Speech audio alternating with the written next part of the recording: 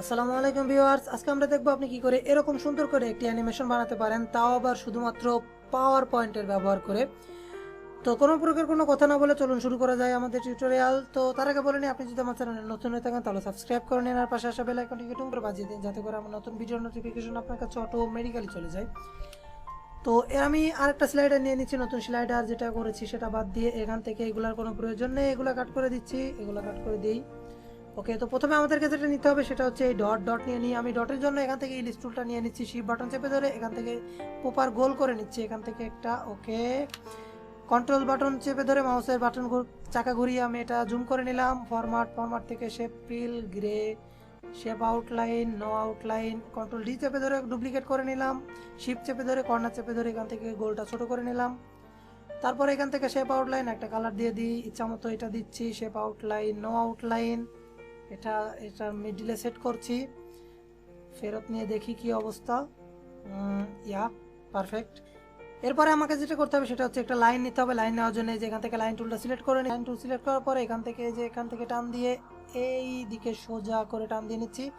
তো আমি দেখানোর জন্য 3টা ড্রপার নিব, অর্থাৎ এরকম তো 3টা নিব। আপনারা 3টা নিয়ে দেখলে 4টা 5টা 6টা যে ইচ্ছা করতে পারেন পরবর্তীতে। তো আমি এরপরে যেটা করব সেটা হচ্ছে এই দুইটা সিলেক্ট করে নিব। সিলেক্ট করে নেওয়ার পরে কন্ট্রোল শিফট চেপে ধরবো। কন্ট্রোল শিফট চেপে ধরার পরে এটা সোজা টান দিব। কন্ট্রোল অল্টা চেপে ধরলেও আপনাদের এই কাজটা হবে, কিন্তু এই যে যে সোজা দাগগুলো আসছে, স্কেল আকারে আসছে, এটা আসবে না।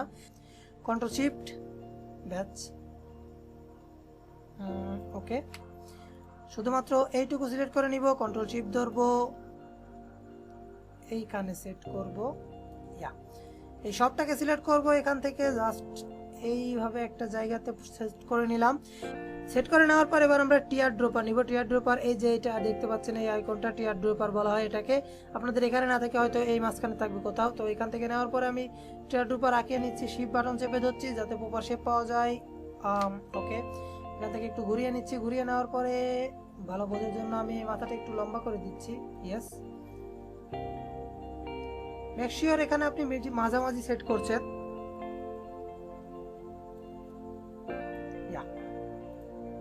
এখান থেকে আবার ইলিশ টুলটা নিব। নেওয়ার পর এখান থেকে প্রপার শেপ নিব।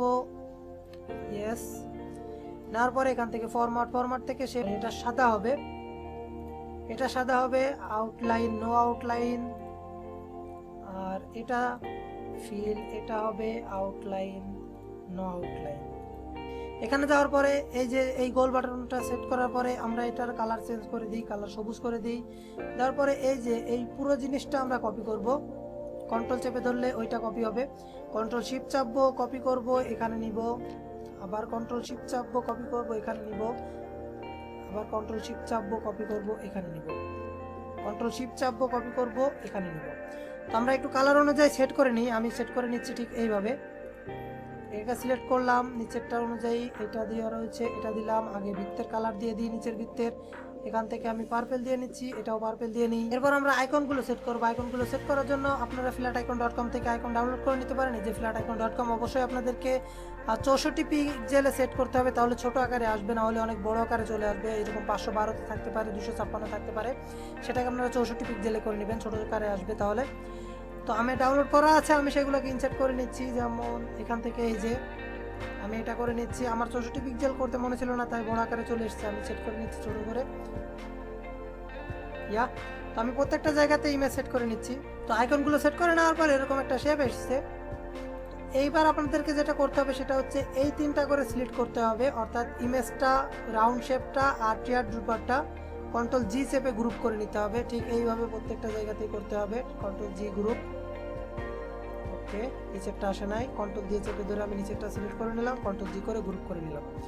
তারপরে এই দুইটাকে সিলেক্ট করতে হবে। এই দুইটা সিলেক্ট করার পরে কন্ট্রোল জি গ্রুপ। এই দুইটা সিলেক্ট না করলেও সমস্যা নেই, আমি বাড়তি সুবিধার জন্য করে নিচ্ছি যাতে আমার পরবর্তীতে কাজ করতে সুবিধা হয়। কন্ট্রোল জি করে গ্রুপ করে নিলাম। তো এভাবে আমি সবগুলো সিলেক্ট করে নিয়ে সঠিক জায়গাতে সেট করে নিই।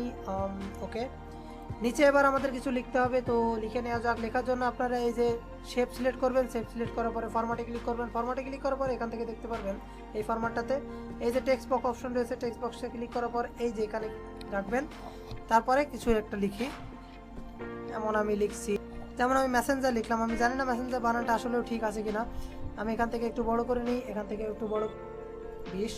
ওকে, পজিশন মতো সেট করে নিই এখানটাতে। এটাকে কপি করে নিচ্ছে আমি, কন্ট্রোল শিফট চেপে ধরে, এই যে এভাবে কন্ট্রোল শিফট একসাথে চেপে ধরা হয়নি আমার, সেই কারণে এমনটা হয়ে গেল। কন্ট্রোল শিফট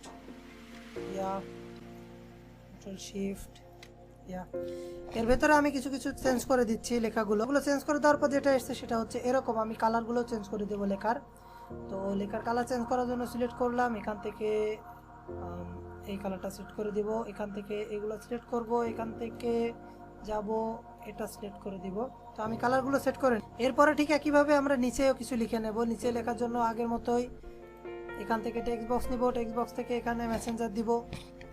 আমি এখানে লিখে নিলাম hair is your Messenger address. ঠিক আগের মতো কন্ট্রোল শিফট চেপে ধরে কপি করে নিব। তো আমি কপি করে নেওয়ার পর আমি কালারগুলো চেঞ্জ করে নিই। কালারগুলো চেঞ্জ করার জন্য জাস্ট এতে ক্লিক করবেন আর এখান থেকে কালার সিলেক্ট করে দিবেন। তো এখানে যেহেতু একটাই লাইন, প্রত্যেকটা লাইন সিলেক্ট করে নিতে হবে কন্ট্রোল এ দিয়ে। এভাবে আমি কালারগুলো চেঞ্জ করে নিই। তো কালারগুলো চেঞ্জ করে নিলাম আমি। এবার আমাদের উপরের লেখাটা লিখতে হবে। তো সময় সংক্ষিপ্ত করার জন্য আমি আগের স্লাইডার থেকে এই উপরের লেখাটা কপি করে নিয়ে আসছি, কপি পেস্ট। তো এটা এরকম ভাবেই থাক। তো এবার আমাদের অ্যানিমেশন করার পালা। অ্যানিমেশন করার জন্য আমরা সর্বপ্রথম এই যে ডটগুলোর অ্যানিমেশন করব। ডটগুলোর হচ্ছে জুম অ্যানিমেশন সেট করা আছে। তো অ্যানিমেশন থেকে আমরা এই যে অ্যাড অ্যানিমেশনে ক্লিক করব, অ্যাড অ্যানিমেশনে ক্লিক করে জুমে ক্লিক করব, এই যেখানে জুম অ্যানিমেশন হচ্ছে।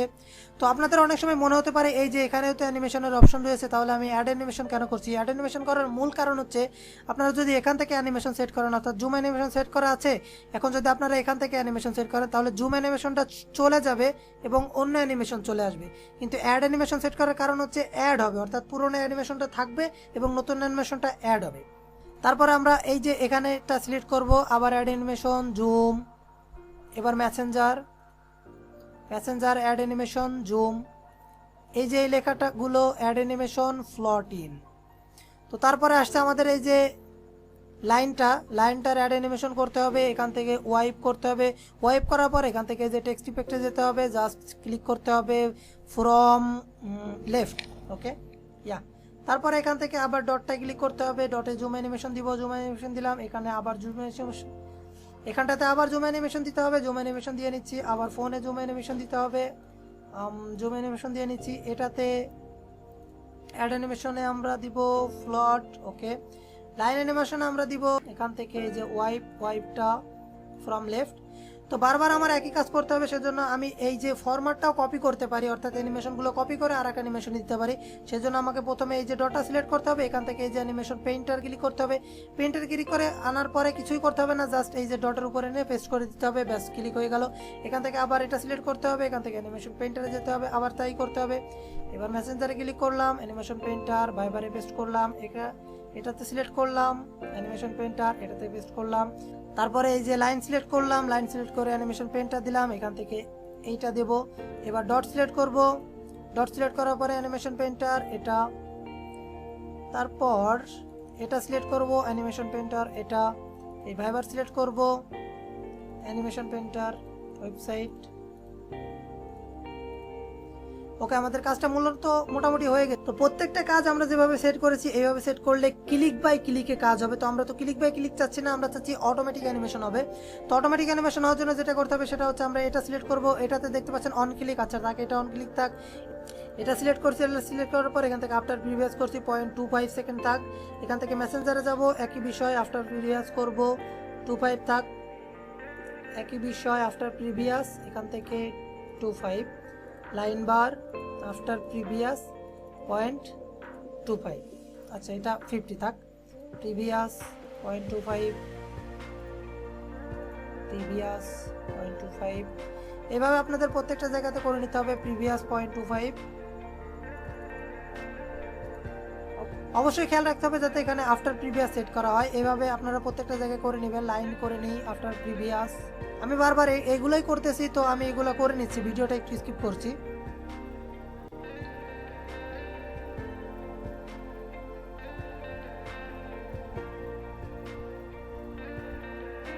তো এই যে পাওয়ার পয়েন্ট এই লেখাটা যখন অ্যানিমেশন সেট করবো অবশ্যই খেয়াল রাখতে হবে, এটা তো জুম অ্যানিমেশন সেট করবো অবশ্যই খেয়াল রাখতে হবে আফটার প্রিভিয়াস এবং একটু সময় যেন বেশি হয়। তো আমি ডিলেও সময় দিয়ে দিচ্ছি একটু। তো এবার আমি প্রিভিউ করে দেখে নিই আসলে আমরা কি করলাম। প্রিভিউ করছি, এই যে আমাদের অ্যানিমেশন। ওয়াও! তো এই ছিল আজকের ভিডিও টিউটোরিয়াল। পরবর্তী লেকচার ভিডিওতে দেখা হবে নতুন কোনো বিষয় নিয়ে। ততক্ষণ পর্যন্ত ভালো থাকুন, সুস্থ থাকুন। আল্লাহ হাফেজ।